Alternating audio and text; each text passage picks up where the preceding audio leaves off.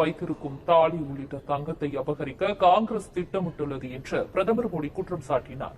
மக்களவைத் தேர்தலையொட்டி உத்தரப்பிரதேச மாநிலம் அலிகாரில் நடைபெற்ற பாஜக பிரச்சார கூட்டத்தில் பேசிய அவர், காங்கிரஸ் கட்சியும் அதன் இந்தியா கூட்டணியும் பொதுமக்களின் சொத்து மற்றும் வருமானம் அபகரிக்க திட்டமிட்டுள்ளது என்று கூறினார். அதனால்தான் நாட்டு மக்களின் சொத்துக்கள், வருமானம் குறித்து ஆய்வு செய்யப்படும் என்று காங்கிரஸ் எம்பி ராகுல் காந்தி கூறுவதாக மோடி தெரிவித்தார். காங்கிரஸ் கூட்டணி ஆட்சிக்கு வந்தால் பெண்களிடம் இருக்கும் நகைகள் உள்ளிட்ட அவர்களின் சேமிப்பு பறிக்கப்படும் என்றும் பிரதமர் மோடி எச்சரித்தார்.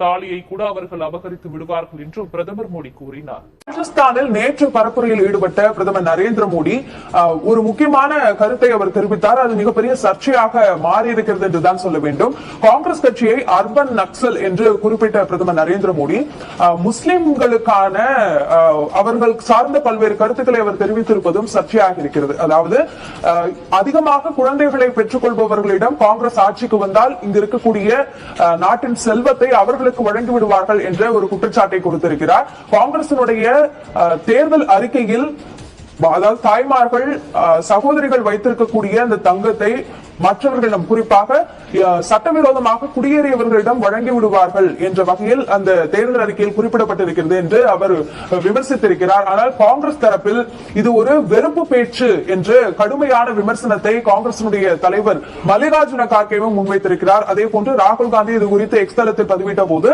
இது காங்கிரசினுடைய வெற்றி, குறிப்பாக முதற்கட்ட தேர்தலில் பாஜகவிற்கான வெற்றி கிடைக்கவில்லை என்று தெரிந்த பிறகுதான் இப்படியான ஒரு விஷயத்தை பிரதமர் நரேந்திர மோடி முன்னெடுக்கிறார் என்ற விமர்சனத்தை அவர் முன்வைத்திருக்கிறார்.